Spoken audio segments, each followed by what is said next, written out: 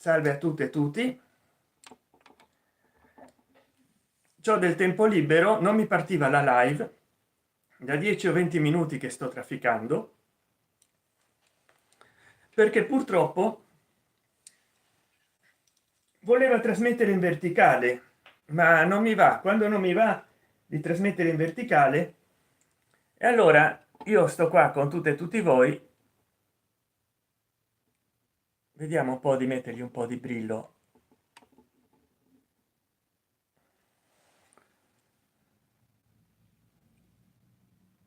Ah, ci ho avuto Giuseppe Flaco Montefiore. Purtroppo cancelliamo quella live in precedenza. Speriamo che adesso mi segua Giuseppe Flacco Montefiore. La volta che è venuto a trovarmi mi è partita male la live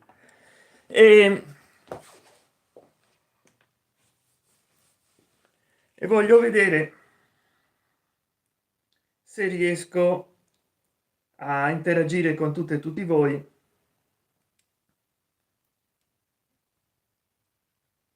dal cellulare.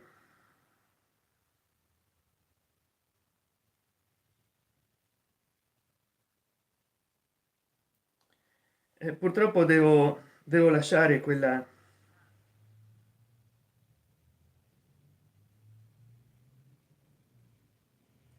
Devo qua commentare.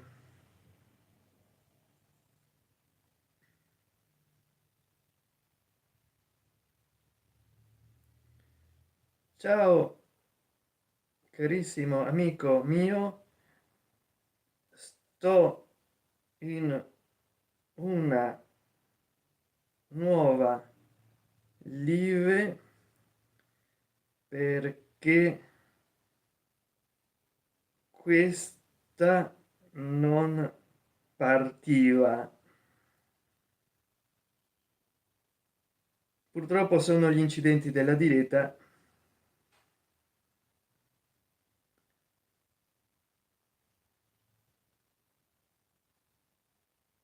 Buon fine settimana.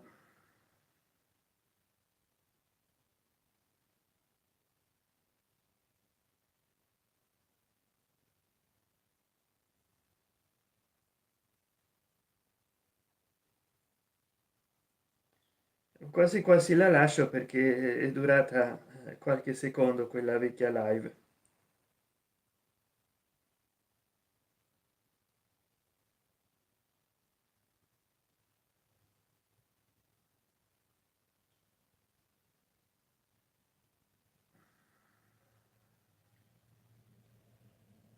Hanno avuto la volontà di commentare, quindi 20 secondi li posso pure lasciare. Sarà la live più corta di tutta la mia vita,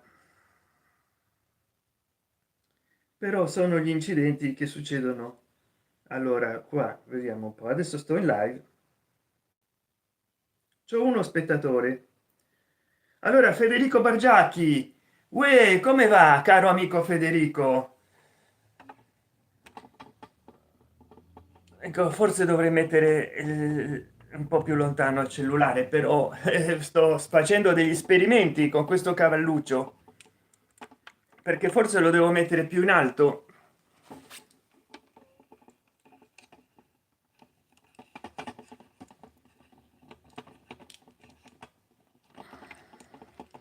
Mannaggia, ecco.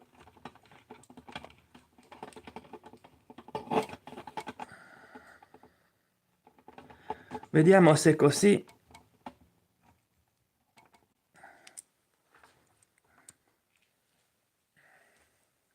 Ecco, devo imparare a usarlo sto cavalluccio.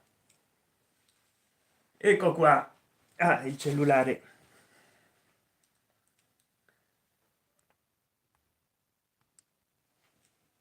Il cellulare, come vedete sto qua nella mia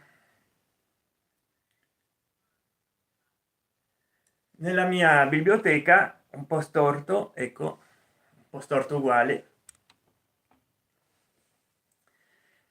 E qua tolgo l'audio, vediamo.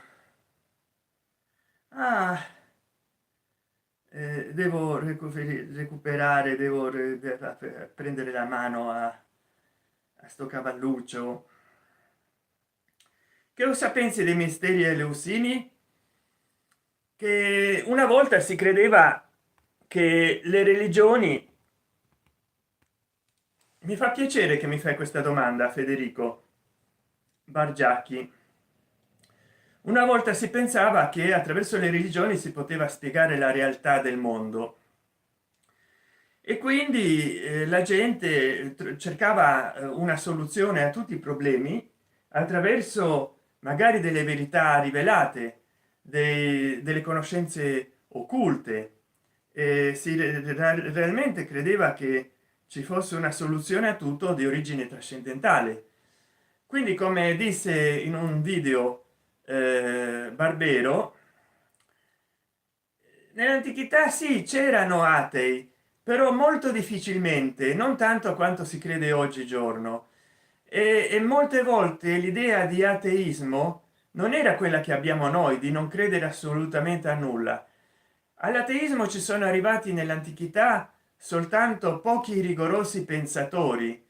Invece gli atei erano visti come quelli che non credevano nella dottrina della chiesa, non necessariamente quelli che non credevano in nulla. Quindi c'erano gli eretici, gli gnostici, e nel medioevo i catari, c'erano bibbie apocrife non riconosciute come ufficiali, ma dalle quali la chiesa cattolica si ispirò molto. E quindi non è che non si credeva assolutamente in nulla. Come vedete, qua sono strazeppo di libri e sull'argomento ho un sacco di libri proprio,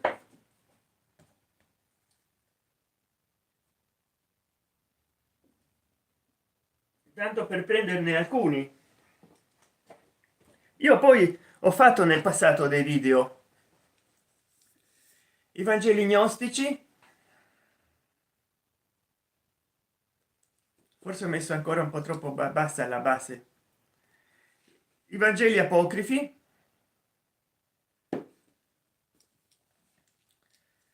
le cene segrete dei catari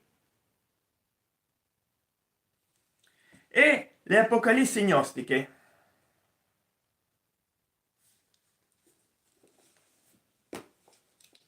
Questi sono alcuni dei libri che ho. Poi mi scuso con voi se ancora faccio dei video a livello sperimentale, perché appunto sto tripode lo avrò utilizzato 2 o 3 volte, però ecco, si sta comodi non avendo il cellulare in mano. Io mi sono filmato per anni con questo cellulare, il Nokia Asha 302, che poi fa video quasi quadrati in relazione 4:3 di immagine.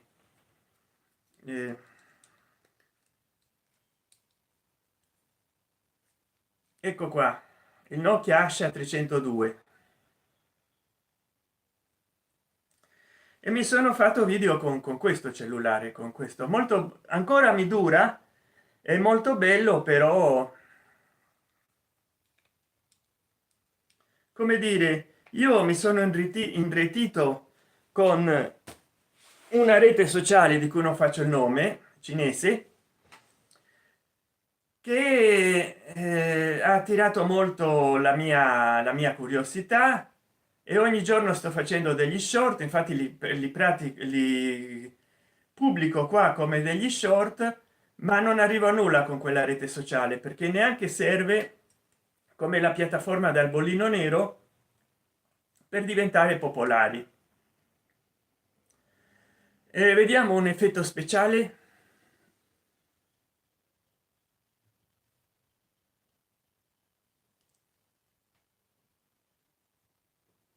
Ecco, no, mi sembra troppo speciale.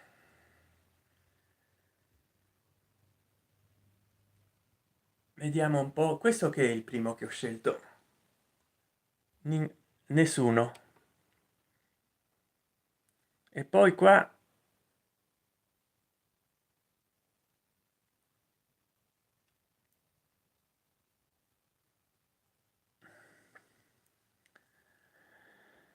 vabbè, ma adesso vorrei che se ne andasse la banda.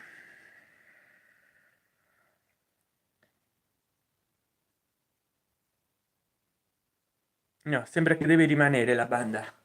Vediamo come mi vedo qua. Mi vedo abbastanza bene. Quindi i culti misterici li hai studiati? Sì, ho studiato i culti mitriaci, ho studiato tutta l'antichità, ho studiato, letto più che studiato.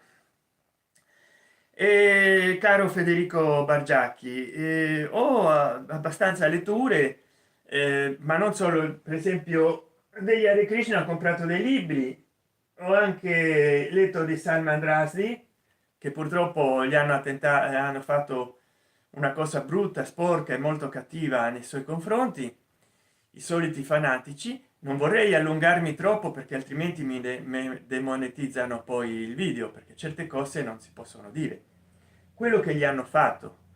E poi ho letto anche dei mistagoghi come Elena Petrovna Blavatsky, e ho letto anche le opere di Aleister Crowley. C'è un libro la cui copertina non posso mostrare perché è un semplice una copertina con un corpo femminile al naturale, ma si intitola La figlia della luna, edito dalla Arctos.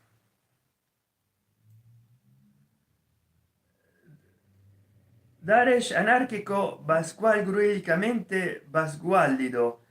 Buonasera carissimo amico mio, sto bene, grazie Pasquale. Ti abbrevi un poco? Io sto lavorando sul culto di Cibele e l'imperatore Giuliano l'Apostata.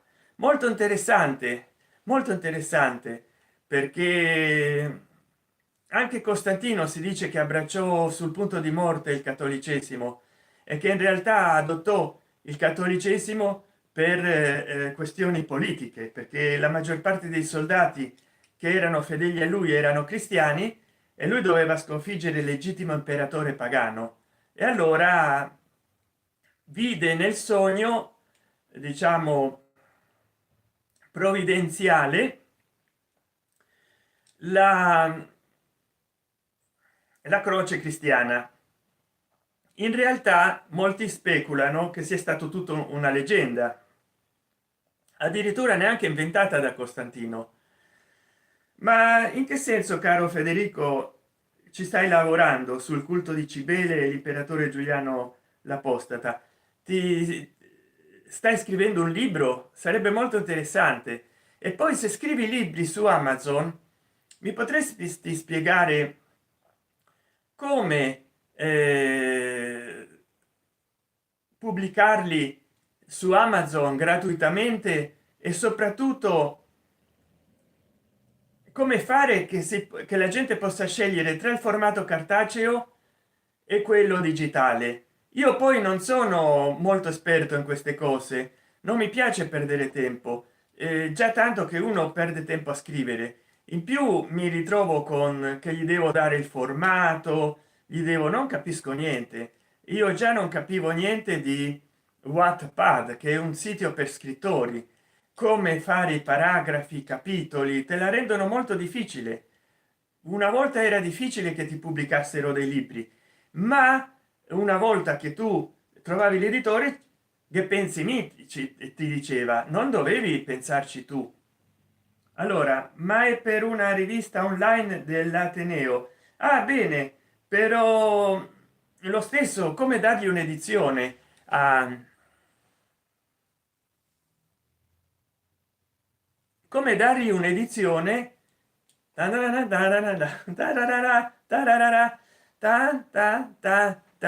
come dargli un'edizione a un articolo. Lo stesso gli dai, se sai come dargli un'edizione, sai come dargli un'edizione a un libro. Allora io poi delle cose che hanno a che fare con la metafisica, l'esoterismo, ho letto l'opera di questo signore qua,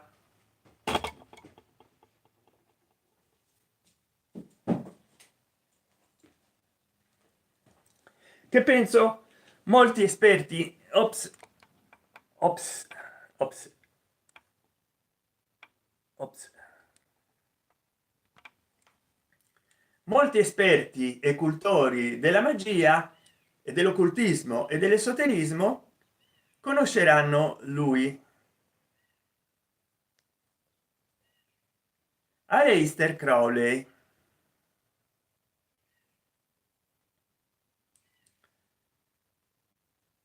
che fu realmente una persona, a detta di molti, molto enigmatica. Io non so se è possibile credere nella magia al giorno d'oggi, ma la sua vita è stata realmente rocambolesca, eh, intrigante, boccacesca si può dire, e fu qualificato dai suoi contemporanei come l'uomo più bizzarro, più strano, più eccentrico, e non dico il termine più appropriato perché se no chissà il supremo algoritmo di YouTube mi bippa il video, ma è stato veramente considerato a dir poco eccentrico, perché di solito i britannici sono molto conformisti. Lui non era per niente conformista, eppure era britannico. Come spiegarsi la cosa? Gli intellettuali di quell'epoca non se lo sapevano spiegare.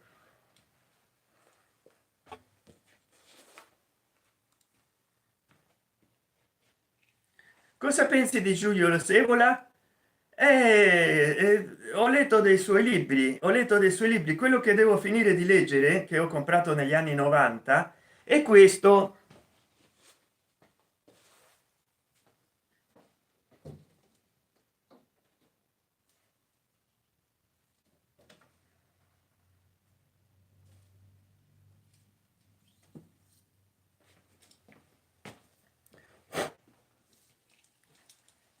Rivolta contro il mondo moderno, veramente molto interessante, anche se naturalmente dice delle cose che io non posso riferire qua su YouTube perché sarebbero considerate brutte, sporche e cattive. In pratica fa un'apologia del ventennio. Io quando ero ragazzo, perché quando lo comprai avevo, beh, quasi 30 anni, tanto ragazzo non ero, ma adesso ne ho 54, e l'ho riniziato a leggere.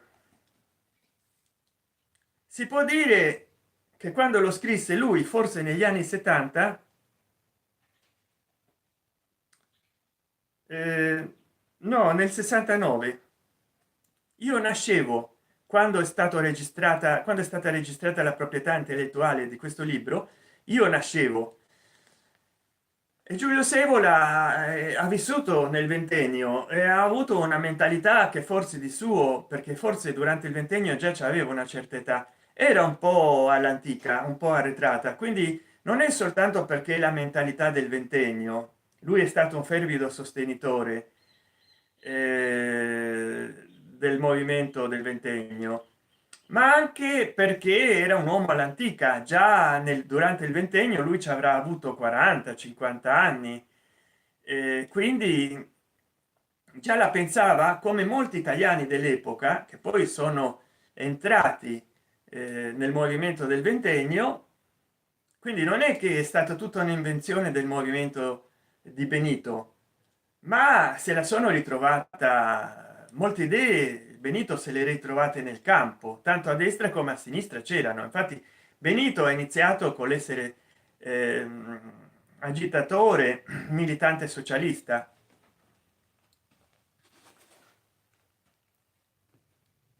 Ecco, non ci sono più altre domande. Allora io poi di Giulio Sevola ho letto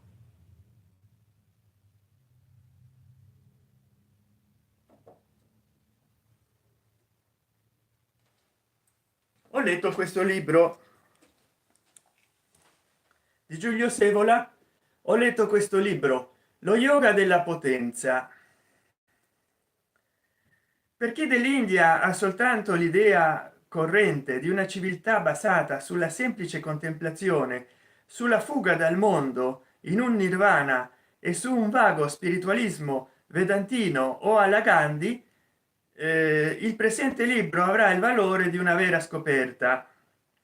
L'autore infatti fa conoscere al lettore una corrente indù, il tantrismo e lo shaktismo, la quale, diffusasi a partire dal IV secolo d.C., ha esercitato un'influenza notevole sulle precedenti tradizioni, affermando una visione del mondo e della vita come potenza e proponendo metodi di realizzazione caratterizzati dall'importanza data al corpo e alle forze segrete del corpo, nonché dall'ideale di un essere che, pur essendo libero e superiore al mondo, è aperto a ogni esperienza e anzi sa trasformare il cibo in cibo ogni veleno.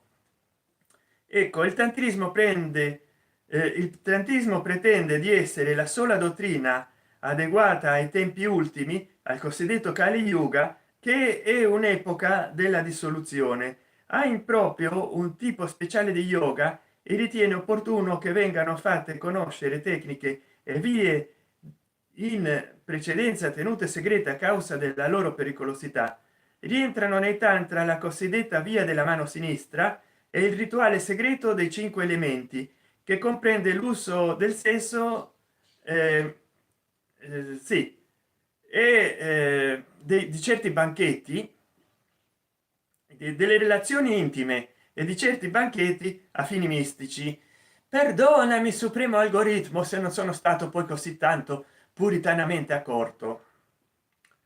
Con una esposizione seria, ordinata e sempre basata sui testi originali, l'autore espone il tantrismo nei suoi diversi aspetti, non trascurando una interpretazione in profondità dei vari insegnamenti e dei vari simboli, facendo ravvicinamenti interessanti anche con dottrine magiche e esoteriche occidentali, tanto da mettere in luce gli elementi fondamentali, eh, lumeggiando ciò che può interessare non solamente per una informazione, per un ampliamento di orizzonti spirituali, ma anche per una eventuale pratica per possibili realizzazioni. Cioè l'autore Giulio Sevola credeva che veramente uno riuscisse a praticare il tantrismo al giorno d'oggi come 5000 anni fa. Complimenti. Giulio Sevola è noto, non so se lui l'avrà praticato, perché dice di orizzonti spirituali, ma anche per un'eventuale pratica. Avrà praticato il tantrismo Giulio Sevola? In che forma? Questo no, non me l'aspettavo. È da molto tempo, da 30 anni che non leggo questo libro. La maggior parte dei libri purtroppo li ho letti solo una volta.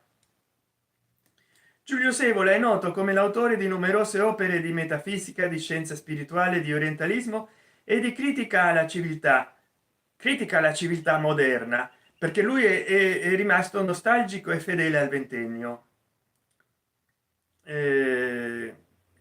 Non poche delle quali sono state anche tradotte in diverse lingue straniere. Questo yoga della potenza, che per la presente edizione è stato ampiamente rielaborato, è stato giudicato dalla critica tedesca come indispensabile per chiunque voglia conoscere gli aspetti più profondi della spiritualità orientale. Poi c'è da dire che dopo che io ho preso questo, hanno fatto un'altra ampliazione e rielaborazione del testo. Probabilmente gli aspetti più scomodi sono stati scremati, ciò che non hanno fatto in Rivolta contro il mondo moderno, che io ho comprato una opera più fedele all'originale, dove sono espressi certi concetti in forma metafisica, ma certi concetti del ventennio. che non posso, io non faccio riferimento al partito politico di Benito né al suo movimento, perché altrimenti mi demonetizzano il video, capito? Vediamo un po', adesso che ho parlato straparlato, ma voi mi scrivete, chissà se mi scrivete. Saluta la Psycho, scusami se ti leggo solo adesso. Ciao Psycho, tanti auguri, buon fine settimana. Ciao Gabriele, ciao, vedo che qualcuno è entrato. Fernando Alonso, salve Sant'Enchan, secondo lei in principio fu la meditazione a generare la pace interiore oppure è stata una pace dei sensi primordiale a trovare nella meditazione il suo medium per sopravvivere? Ma forse come medium avrà trovato la Blavatsky, ma no, io credo che dal punto di vista mio, che è evoluzionistico, no, io non sono un credente religioso, quindi sono un razionalista agnostico laico scientista, sono un borghese razionalista agnostico laico, quindi per me l'essere umano progredendo è arrivato a superare determinate stati d'animo che erano più caratteristica degli animali e ha scoperto la meditazione, ma la meditazione nasce in un contesto socioculturale. Noi non sappiamo se in epoca preistorica già la conoscessero o meno, perché non c'è rimasta nessuna prova, per quello è preistoria.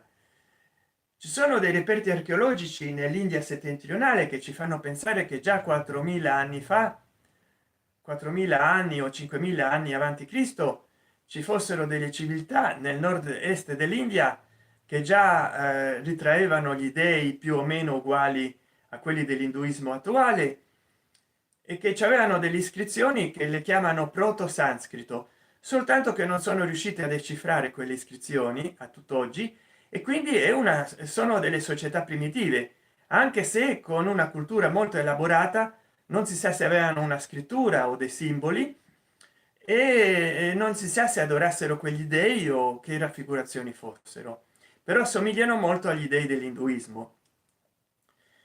Però gli esseri primitivi esistono da centinaia di migliaia di anni prima di quella civilizzazione preistorica, quindi come dire, noi siamo stati molti millenni, centinaia di migliaia di anni fa dei lemuri, eh, siamo stati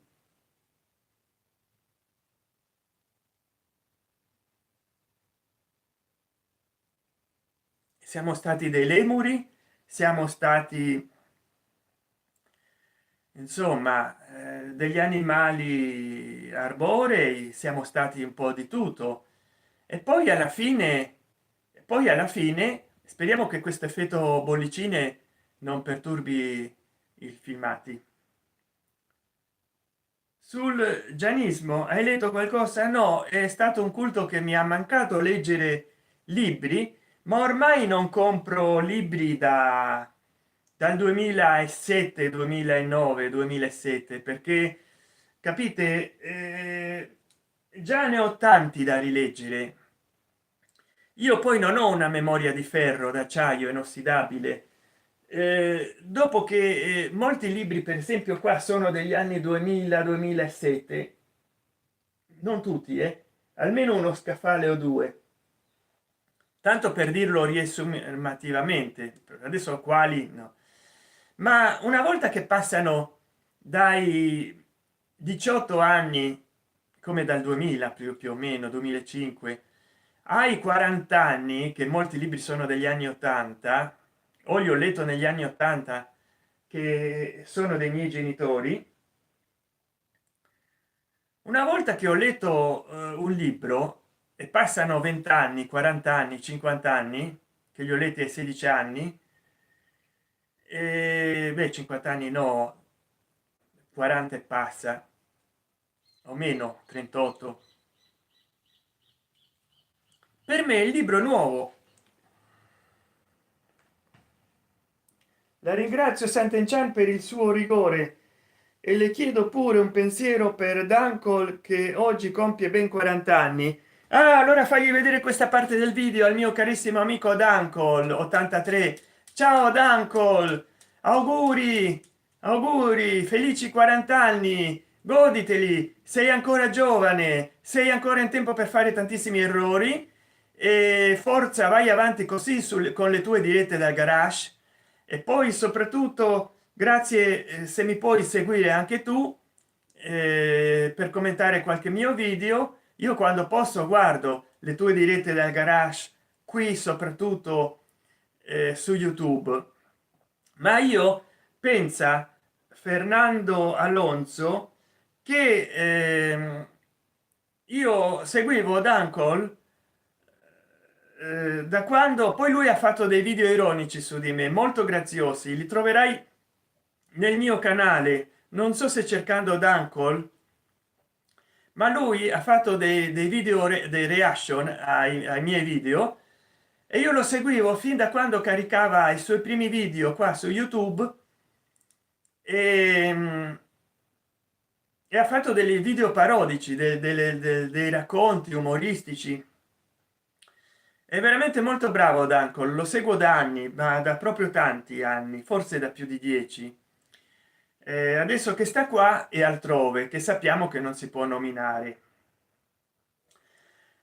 Ma auguri Dancol, è una sorpresa, ma mi fa piacere. Guarda, per casualità ci siamo incontrati con un tuo amico che è anche amico mio, Fernando Alonso, e questo Fernando Alonso si è ricordato di te in una mia live e adesso c'è solo una persona che mi segue. Ma come mai? Prima erano di più. Vabbè, allora vi volevo dire perché lo devo mettere qua, lo metto qua, speriamo che non mi cadi. Volevo dire che guardate, questo libro in modo particolare, molti altri, a volte gli vengono delle macchioline gialle, se deve essere l'umidità, gli acaridi, ma molte volte neanche sono rovinati. Se voi vedete, io li leggo appena pendoli così i libri, non li spiano, per cui non ha neanche una riga sul dorso. Io ho visto libri della Mediterranea e della Hermes Edizioni che sono venduti rovinati. Per esempio questo mi è costato a mia madre che me l'ha regalato 25.000 lire e io adesso basta questo effetto speciale, effetti speciali.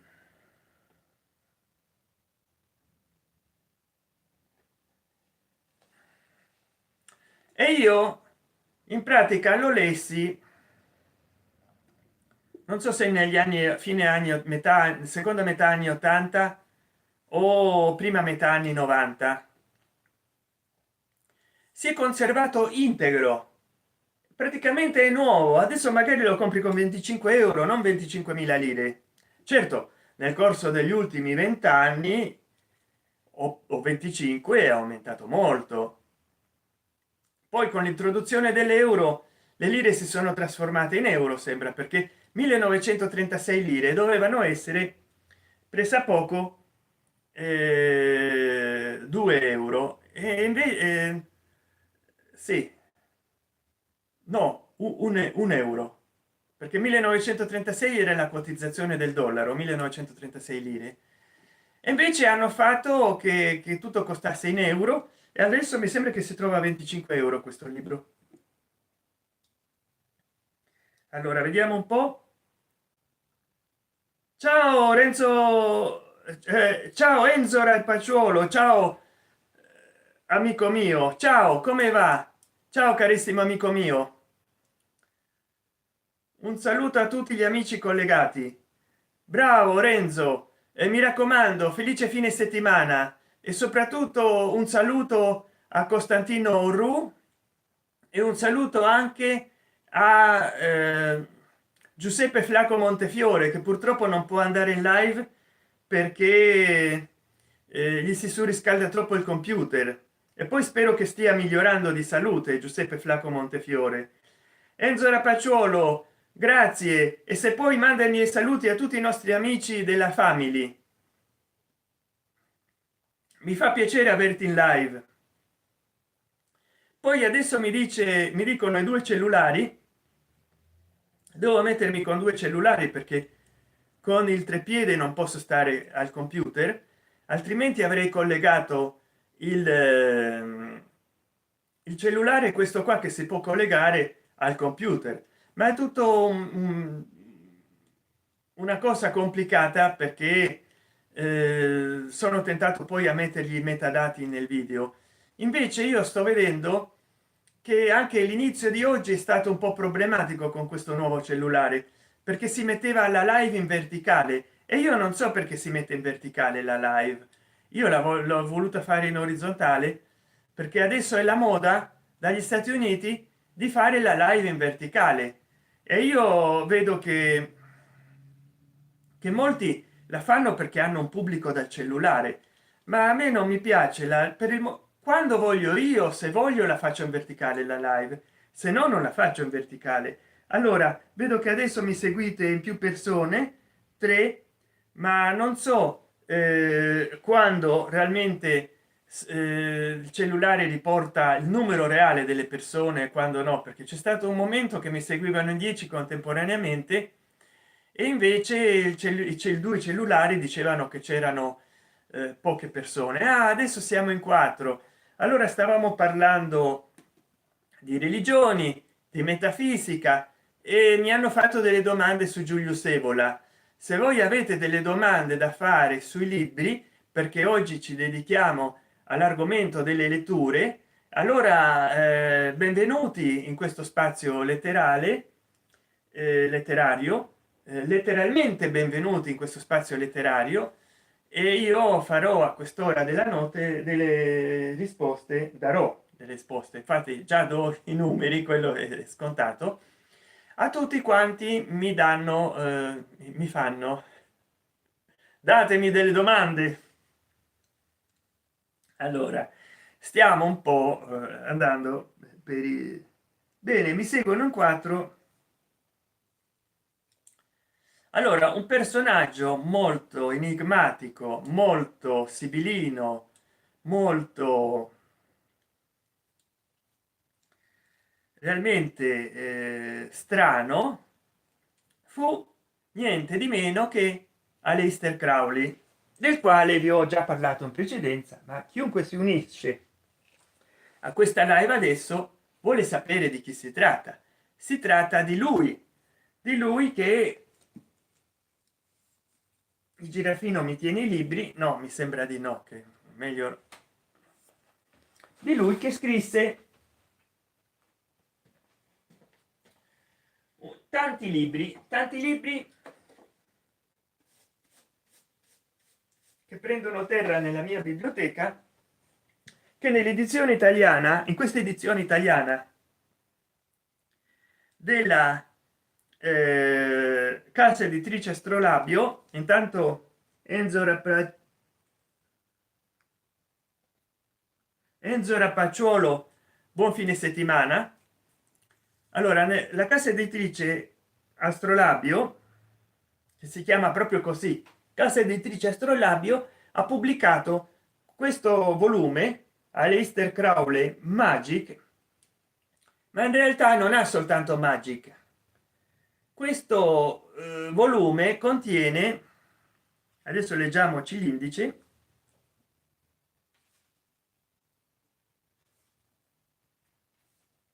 come potete vedere questo volume è ricco in simbolismi alchemici, ermetici e cabalistici. Vediamo se li riprende il cellulare, non so se li riprende, ma allora poi lui tende a firmare molti brani di questo libro, molti dei suoi libri, con tutti i suoi pseudonimi. Aleister Crowley, che ne aveva tantissimi, già un utile indice per personaggi e per temi. Potete cercare nel libro per personaggi. Per esempio c'era Fuller, che era un amico militare.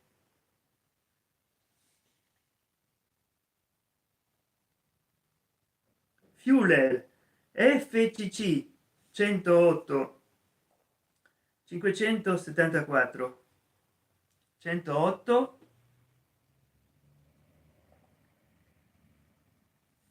Come potete vedere, il lamen da istruzioni illustrate. Per quell'epoca le foto erano molto costose da produrre, ma lui dava delle istruzioni in disegni all'Aleister Crowley di come fare i vari componenti dei riti magici, il lamen e altre cose. Quindi io da ateo mi sono letto lo stesso un sacco il pentagramma di Eliphas Levi, e adesso sto un po' strapazzando questo libro perché di solito non li tratto così, il pentagramma. Quindi tenetene conto, come tratto i libri per voi. 105 106 107 dovrebbe essere qua. 108 forse.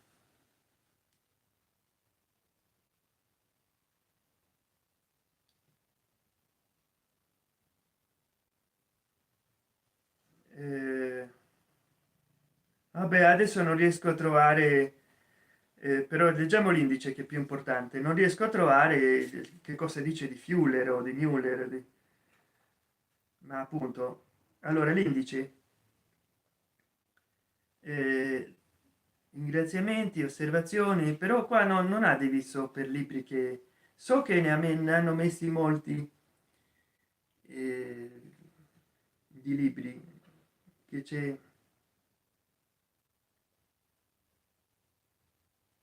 Vabbè, vi ho parlato anche di Magic.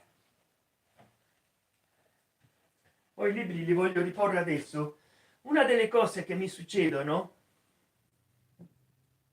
una delle cose che mi succedono quando prendo tanti libri per guardarli, è che poi mi scordo da dove li ho presi,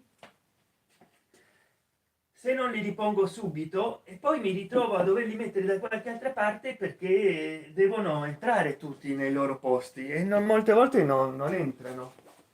Allora gli sto,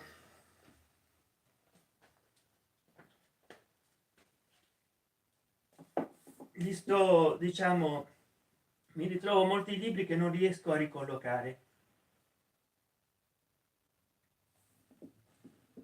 Mi fa piacere di avere occasione di fare una live, perché è da molto che non ne faccio una. Poi ho visto che la maggior parte delle persone, sebbene io sottotitoli molto i miei video in 152 idiomi, la maggior parte delle persone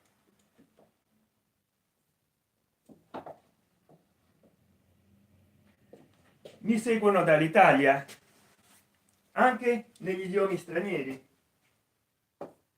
e quindi, come dire, sono dei residenti in Italia che mi seguono,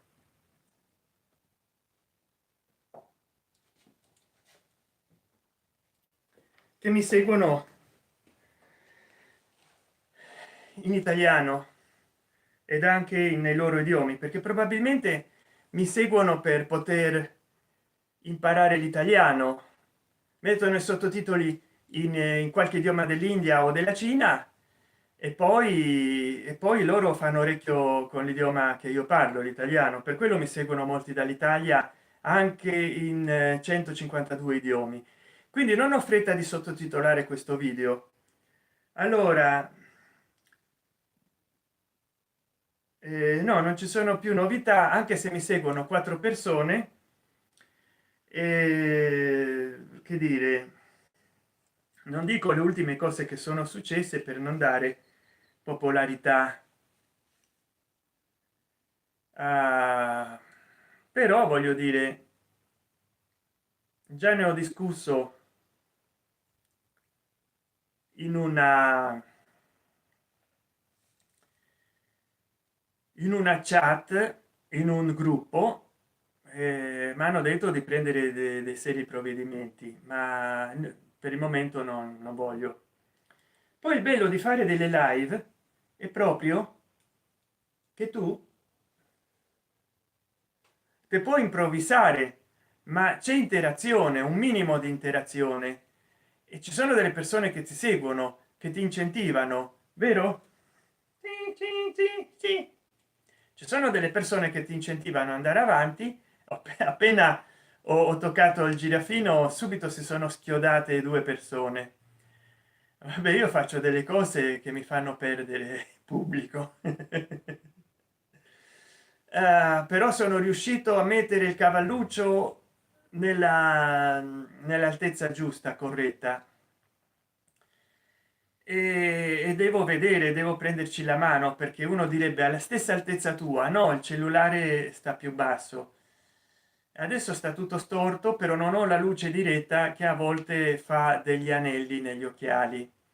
Poi il cellulare è molto lontano, perché così mi riprende quasi a mezzo busto e non a busto arsizio.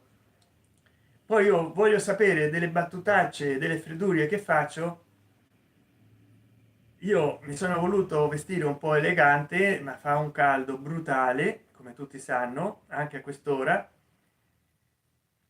perché io mica c'ho l'aria condizionata. E io voglio sapere delle battutacce, come le tradurrà in un futuro, forse fra una settimana, YouTube, in inglese, in giapponese e in altre cose del genere.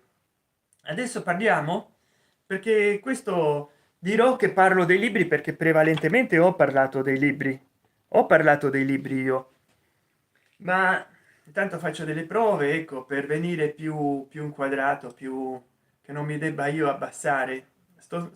Cioè più allontano, più io mi erigo e sto sempre dentro la, con la testa appena al di sotto. Non so come vendrò, se con la testa tagliata o no. Abbiamo parlato fino adesso di libri, e uscirà con il titolo "Parlando di letteratura per crescere tutti assieme" su YouTube. Però adesso parliamo del cambiamento climatico, delle cose terribili che stanno succedendo. Realmente stiamo assistendo a delle cose molto brutte, che magari non potrò fare un riferimento diretto, ma ma quello che sì è che hanno scoperto che dietro molti incendi boschivi, che purtroppo hanno fatto anche delle vittime, c'è stata la mano dell'uomo, o per mancanza di giudizio o per interessi economici. C'è stata la mano dell'uomo dietro molti incendi, cioè che adesso ci vengono a dire, dopo giorni e giorni di TG che diceva del cambio climatico, che la combustione spontanea non esiste, a meno che non ci sia un pezzo di vetro che fa da lente, che focalizza i raggi. Ma la combustione spontanea non esiste. Un momento che vado a controllare una cosa.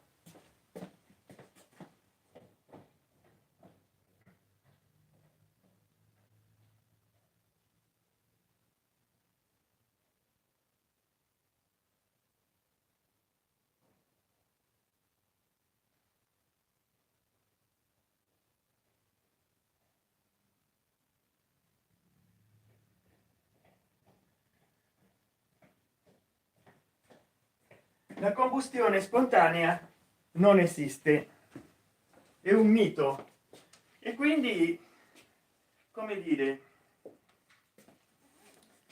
hanno scoperto che c'era la manino di qualcuno che faceva cose brutte, sporche e cattive.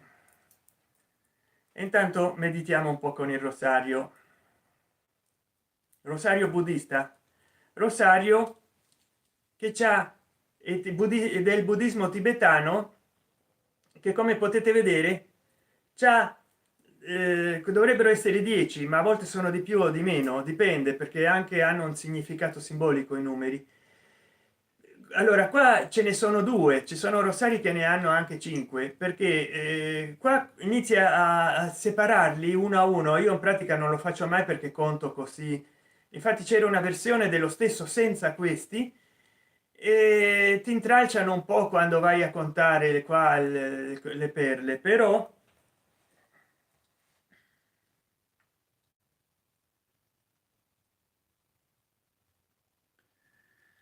qua si attiva a volte lo schermo. Però questo serve a contare per esempio le unità delle le volte che fai un giro completo. E quando arrivi a 10, 1 2 3 4 5 6 7 8 9 10, sono 10, passi alle decine: 10 20 30 40 50 60 70 80 90 100. In un canale che ho perso la password, anzi ho perso proprio gli username. Ho meditato con il yapamala. Allora una volta che arrivi a 10 qua, conti la prima decina qua e intanto continui con le unità 1 2 3 4 5 6 7 8 9 e passi alla decima, che fai così 20. Quando hai finito qua di contare 100, allora queste possono diventare le decine e questo le centinaia. Per quello che alcuni rosari ne hanno 3 o 5, perché così è più facile stabilire qual è la decina, la centinaia, l'unità, la migliaia. Non so, i tibetani fanno anche milioni di preghiere. Forse probabilmente i mantra non li contano più con questi sistemi qua, ma li contano a tempo di meditazione. Allora dicevo, purtroppo ci sono delle persone che hanno degli squilibri di mente e vanno appicciando di qua e di là, poi con la scusa del caldo torrido, ma a volte ci sono degli interessi ben mirati. La riforestazione è un negozio, la ricostruzione, sfruttare dei territori che prima erano aree protette e cose di questo genere, costruire abusivamente. E vediamo che però anche è anche colpa delle amministrazioni regionali, perché non puliscono il sottobosco, tutti gli aghi, i rami morti, le piante morte. Dovrebbero costantemente pulire, in modo che anche un fulmine occasionale o incluso non si riesca a trovare tanto materiale per appicciare il fuoco, perché o la natura o l'essere umano possono provocare degli incidenti incresciosi, addirittura degli incidenti domestici eh, di qualsiasi tipo. Un incidente stradale anche può appicciare fuoco a un bosco, e quindi bisognerebbe fare in modo di tenerli puliti e ordinati, senza troppi aghi di pino, senza troppe foglie morte, senza troppi rami secchi, senza troppe. E poi ogni tanto di distanziare le piante, perché un bosco troppo tupido trasmette l'incendio molto più velocemente che uno che ha piante un po' sfoltite. Almeno è il mio punto di vista, poi non so quale può essere il vostro, però secondo me si potrebbe fare molta più prevenzione. E a questo punto chiunque abbia visto la live fino a questo punto, fino adesso, lo invito a commentare quanto abbiamo parlato, quanto abbiamo esposto fino adesso sui libri, sulla letteratura, a farmi delle domande di letteratura che vi possano interessare, cioè che argomento vi può interessare, e a dirmi cosa ne pensa nei commentari degli incendi forestali e di tutto quello che è successo, perché è sempre per l'incuria e la mancanza di precauzioni sono successe le inondazioni a nord, Emilia Romagna tempo fa, adesso con le bombe d'acqua. Ma io dico, perché non si rivaluta il territorio invece di continuare a costruire, costruire, costruire, costruire? L'ho sempre detto. Poi mi raccomando, intervenite con un super chat, uno sticker, se volete supportare il mio canale.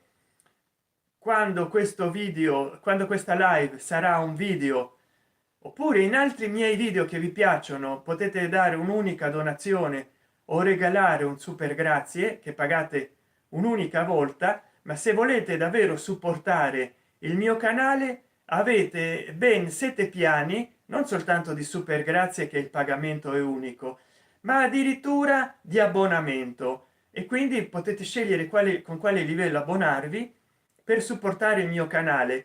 Molti mi dicono: ma Santen Chan, ma perché non hai messo un minimo più basso?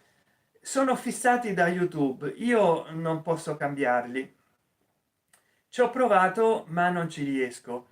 Comunque, se voi volete donare di meno, per esempio c'è chi mi dice: io ti vorrei dare 1 euro al mese e il minimo qua per l'abbonamento sono 3-4 euro, non mi ricordo. Allora con il super grazie voi mi potete dare 12 euro, lo decidete voi con il super grazie, e in un'unica volta mi date quello che mi dareste all'anno, cioè all'anno.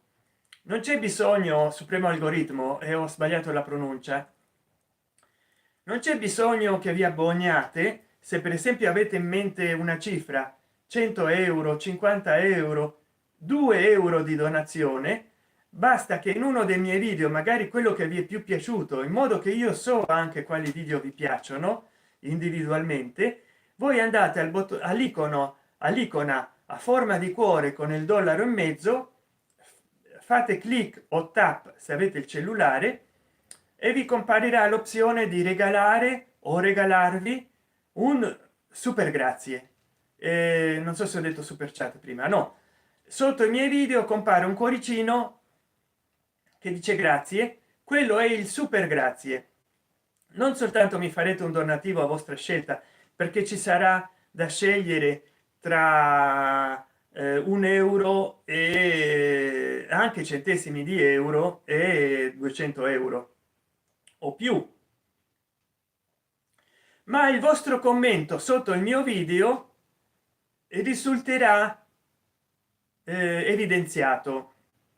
Questo lo dico anche per tutte quelle persone un po', diciamo, eccentriche, che sono venute facendo commentari fuori luogo sotto i miei video e che vorrebbero evidenziare i loro commenti.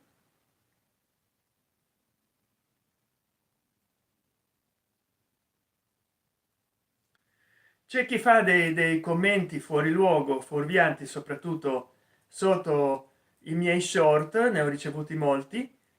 E allora se vuole evidenziare i suoi commenti maliziosi, può comprare un super grazie e quei commenti non saranno eliminati tanto facilmente. Starei io rinunciando al super grazie. Quindi se pagate un super grazie per regalarlo, per comprarvelo voi, per commentare un mio video che non sia cancellato il vostro commento, comprate un super grazie da 200 euro e commentate quello che volete. Io quei commenti non li cancello, anche se con il consenso degli algoritmi che non cancellino quello, che non penalizzino quello che sto per dire. Anche se commentate cose brutte, sporche e cattive, se pagate un super grazie, lo comprate con 200 euro, io quel commento lo lascio. Naturalmente poi bisogna vedere se lo toglie YouTube.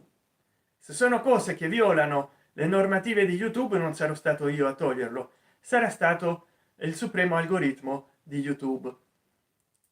Come dire, mi piace che entrano escono persone. D'altra parte ho iniziato una live invece di fare un video registrato, proprio perché YouTube mi ha detto che alle 12 di notte avrei avuto più affluenza di pubblico nel mio canale. Allora sto aspettando quell'ora, adesso non so che ora è.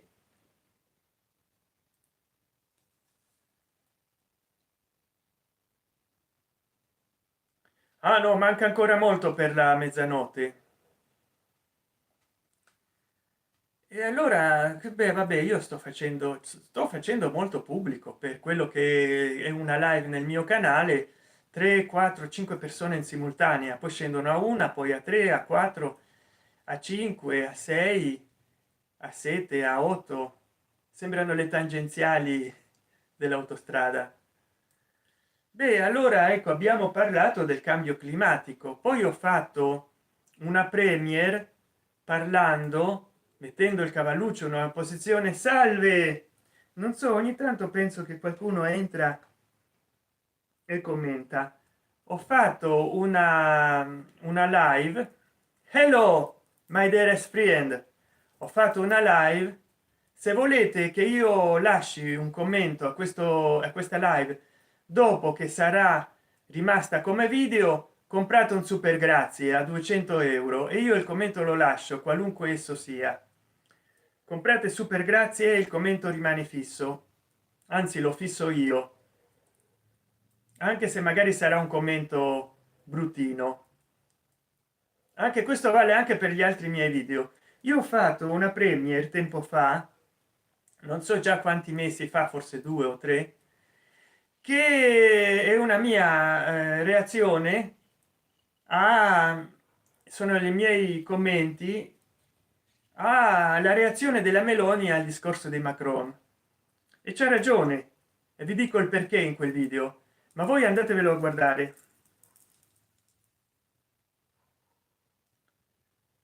Come stai, San? Cosa pensi dell'orfismo? Ciao Federico Bargiachi, ma già ci eravamo visti in questa chat. C'ho questo cellulare che sta al rosso vivo, l'altro non ti dico come starà, però io non demordo. È abbastanza calduccio e poi soprattutto perché ha la custodia, ma d'altra parte se non lo uso si rovina lo stesso, e io lo uso per comunicare con i miei amici, non con i miei nemici. Mm? E l'orfismo è molto interessante, ma ho letto poco perché ho fatto nella mia gioventù 2 anni di liceo scientifico, poi non mi convinceva, allora ho fatto 2 anni di istituto tecnico industriale e poi mi sono ricevuto come perito ragioniere. Dopo sì, e allora avevo già un'istruzione classica o classicheggiante, perché più classico è il liceo classico, manco a farlo apposta. Invece il liceo scientifico c'ha latino ma non c'ha greco classico, anche se si studia magari dell'antica Grecia, ma non nello stesso modo. No, non ho letto molto, so che gli orfisti forse hanno ripreso dall'India, l'influenza dell'India, delle dee madri, sono presenti nella tradizione politeistica ellenica, Afrodite, Cibele, eccetera, ma oltretutto gli archetipi dell'antica India e dell'Egitto, beh, hanno avuto il loro mantra, ma non so se in particolare gli orfici avessero avuto dei mantra. So che gli adoratori di Pan ripetevano una litania fino allo stordimento, fino ad avere un attacco di panico vicino a dei ruscelli o a dei corsi d'acqua tanto naturali come artificiali, dove si specchiavano. E quindi gli adoratori di Cibele nell'antica Roma, gli orfisti,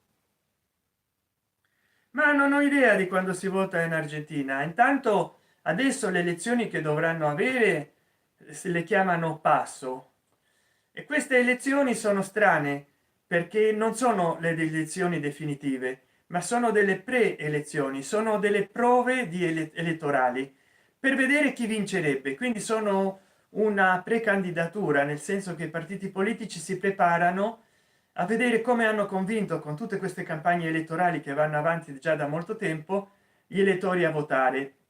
Però l'elettore non decide quale candidato presentarsi, non è una interna, non sono delle primarie, sono soltanto delle preelezioni e per me è una spesa inutile, perché se il partito non cambia candidato, a che serve? Cioè magari cercano di cambiare programma, di cambiare proposte, ma alla fine non ci guadagnano, perché magari l'elettore è deciso a votare per un altro partito perché i candidati sono gli stessi, non cambia nulla, sono dei piccoli feudi elettorali i partiti politici argentini, che attraverso queste passo che si fanno prima delle elezioni intendono convincere l'elettore, e vedere molte volte vincono nelle passo o nelle passos e perdono nelle vere elezioni. Invece si dovrebbe fare come in Nord America, che proprio è obbligatorio che i partiti politici facciano delle interne. Allora Trump ha vinto le interne nel partito repubblicano, come se Biden le ha vinte nel partito democratico, Hillary Clinton le ha vinte nel partito democratico a suo tempo. Gli elettori scelgono il candidato nelle interne. Invece in queste passos argentine, che ci saranno fra poco, non so quando, perché devo vedere in internet, gli elettori non scelgono il candidato, gli elettori danno la loro preferenza di voto per un qualche partito. E allora se il candidato non cambia, e come cambiarlo non si sa, perché magari mettono un altro candidato che non piace, ne hanno 8 o 9, e invece dovrebbero fare delle primarie.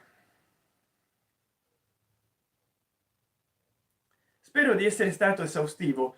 Poi Federico Bargiacchi, se tu non puoi abbonarti ma vuoi supportare il mio canale, puoi comprarti un super grazie nei video miei che più ti piacciono, così so anche, perché così evidenzi un commento invece di mettere bel video. No, ti guardi il video, mi fai un commento critico sul video, poi fai tip o tap o clic o clac sul cuoricino sotto il mio video. Questo, quando diventerà un video, a un certo punto avrà anche lui un cuoricino con scritto grazie e il dollaro nel centro, e lì ti appare un'opzione che hai una linea graduale nel cellulare e puoi scegliere fino a dove arrivare con la donazione, da qualche centesimo, forse 50 centesimi, a 200 o più euro. Naturalmente la differenza tra il super grazie a forma di cuore e l'abbonamento è che con l'abbonamento devi pagare per forza mese dopo mese, magari c'hai anche dei costi di pagamento, e non, e il minimo l'ha fissato YouTube in 4 o 5 dollari o euro, non mi ricordo. Invece con il super grazie compri un'unica volta, quindi se tu decidi che mi volevi dare in abbonamento 1 o 2 euro al mese e non 4 o 5 come minimo, puoi comprarti un super grazie o regalarlo a chiunque abbia un account di YouTube, va a nome suo credo, e quindi sei una fidanzata gli regali un super grazie al mio canale, o chiunque sia, una madre, una nonna, e eh, tu puoi scegliere, tu dici ah, gli avrei dato 12 euro all'anno di abbonamento, però il minimo per YouTube è 60 euro di abbonamento. Allora ti compri un super grazie e già direttamente paghi 12 euro o paghi 24 o paghi molto di più, perché YouTube c'ha come massimo di abbonamento 200 euro all'anno, c'ha 7 piani. Il mio YouTube me li ha stabiliti così, non so in base a che, però se tu decidi di abbonarti con 2000 euro all'anno puoi sceglierlo con il super grazie, perché li paghi in un'unica volta e poi oltretutto ti senti libero che già hai risolto un problema, non stai lì a vedere se ogni mese se si effettua il pagamento, se ci sono dei problemi, se mi arriva. E allora in un'unica volta tu decidi 5 6 12 euro unico pagamento. Super grazie non è abbonamento, c'ha gli stessi livelli, ma mi sembra che c'è un'opzione per scegliere quanto pagare, se meno o più di quello che propone YouTube. E a questo punto abbiamo superato l'ora, ci potremmo considerare contenti. Io non so come va il mio cellulare in fatto di batteria. Beh, c'è ancora un 63%. C'è un'amica mia, Nga e Larry Channel, che mi dice che se credi nei tuoi sforzi i risultati si faranno vedere. Ciao Nga, ciao del tuo incentivo motivazionale, te ne sono molto grato. A questo punto non so quelli che mi seguono, perché ci sono 3 persone che mi seguono secondo un cellulare e anche secondo questo, però che bello che sono riuscito a aggiustare il tripode, perché si alza fino a 2 metri e deve stare un po' più in alto, vedo, perché poi si orienta.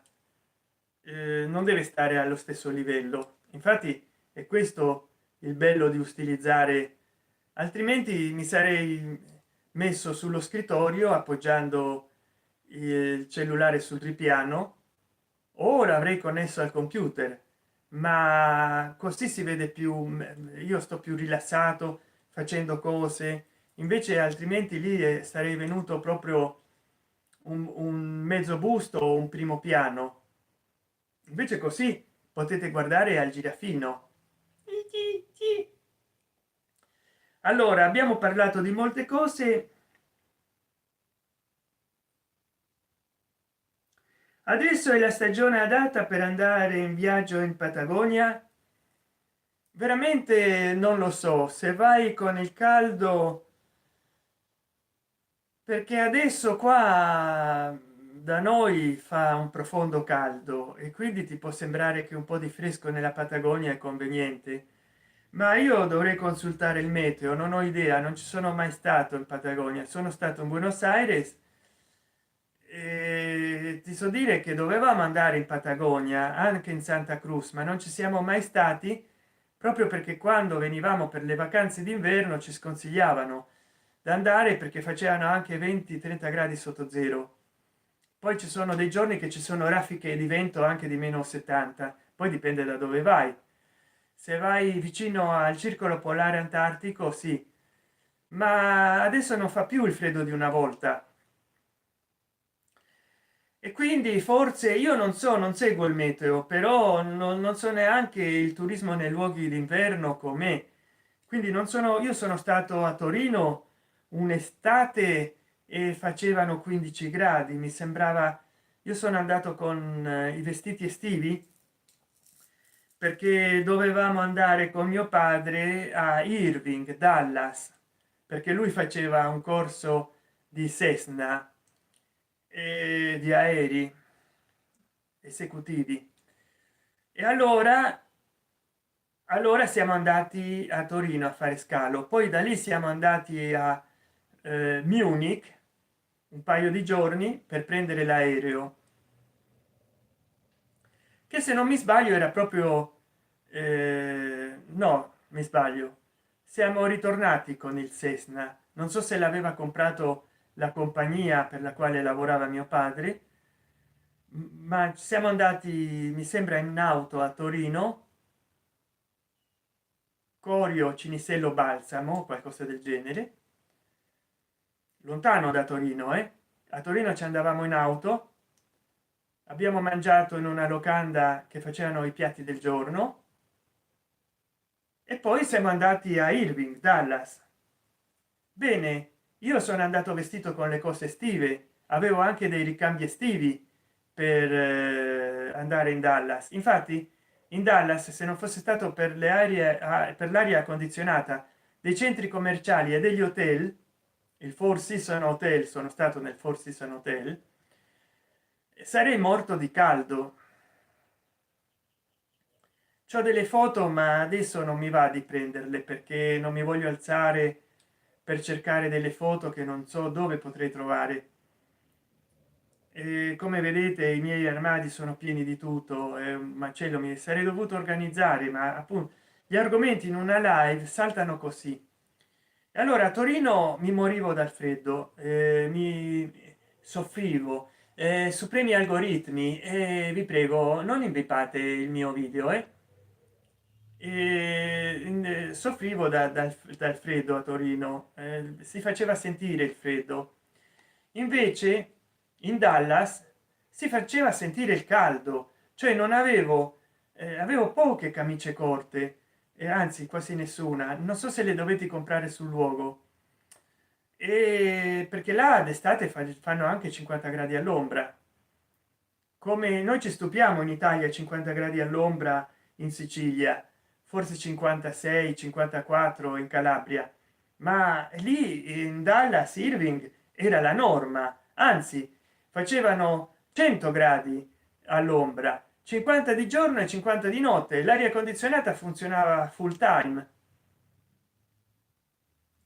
Quindi se tu vieni dall'Italia, che vieni dai 38 gradi eccezionali che fanno in questo periodo, e vieni a meno 2 o meno 20 gradi, e si fanno sentire.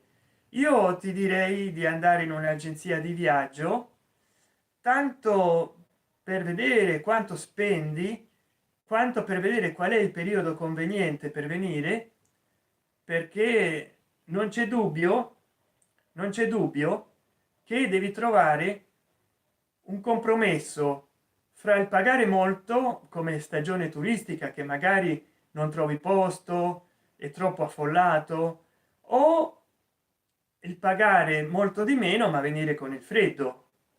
Poi fra l'altro magari ti trattano bene se è del periodo di bassa stagione, come in Italia, che vanno i pensionati a Anzio d'inverno, ma magari non trovi tanto cibo fresco, tanta abbondanza, la vita stessa del luogo. Cioè nella Patagonia, a parte vedere gli animali, i ghiacci eterni, che più eterni adesso non sono, si sta sciogliendo tutto, ma e quindi vieni a vedere i ghiacci prima che non ci siano più. Ma a parte quello, se gli togli queste cose qua, cioè rimanere in un paesino chiuso dove tutti stanno barati dentro casa, a meno che non vieni a sciare, non so se sono bene organizzati per lo sci, ma ecco, forse per una questione economica tu voglia venire a sciare in Patagonia, forse per studiare la storia della Patagonia, per spendere meno, ma per sciare in Italia e in Francia ci sono anche molti luoghi, quindi non so se ti conviene venire a sciare in Italia, oppure di andare in Argentina. Sarebbe anche bello anche sciare là. Di sicuro sono organizzati, soprattutto in Bariloce, che è una città turistica, altamente turistica. Segnatela, Bariloce. Però mi hanno detto amici che vivono là che c'ha un lato oscuro, occulto, Bariloce, che c'è molta povertà, molti quartieri poveri, e che c'è anche molto furto. Poi i giovani bevono molto il sabato e la domenica, anche quelli che sono residenti, e bisogna stare attenti a certe ore della notte, cercare di non uscire tanto nei boliche, perché ti possono mettere delle sostanze nei bicchieri come turista per derubarti, e poi perché ci sono degli atti brutti che succedono in molte città dell'Argentina. Ultimamente la gioventù è molto violenta, e poi ci sono dei tafferugli bestiali. Quindi prima di venire cerca una guida, in modo che se vai con un tour turistico magari sì, ti possono assaltare dei ladri occasionali di cellulari, ma non è come se vai da solo, capito? Anch'io ho fatto un tour della Spagna senza i miei genitori nell'89, ma sono andato con un tour turistico.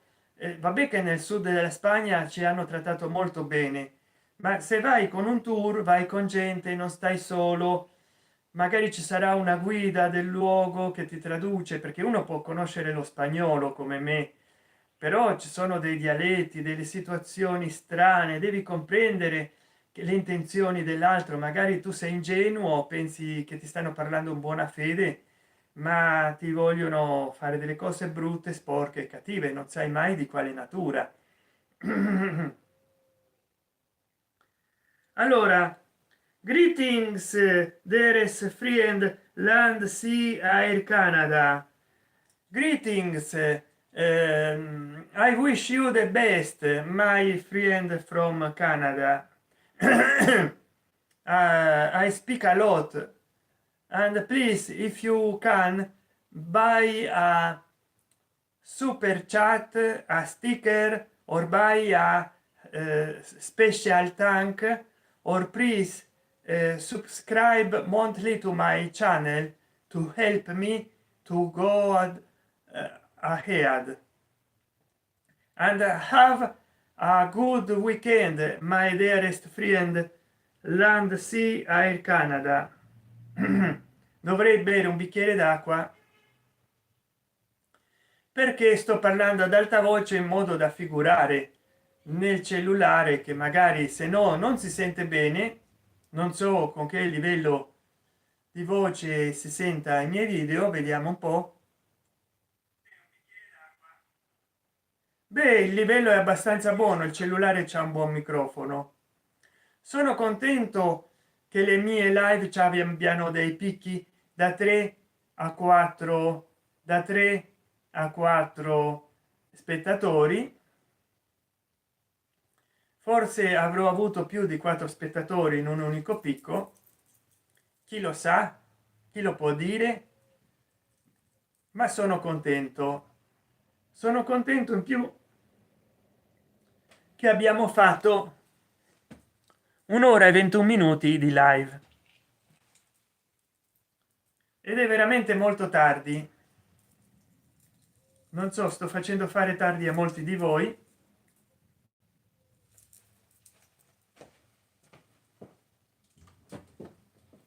E adesso vi lascio, vi ringrazio di tutto, di avermi seguito, vi devo lasciare.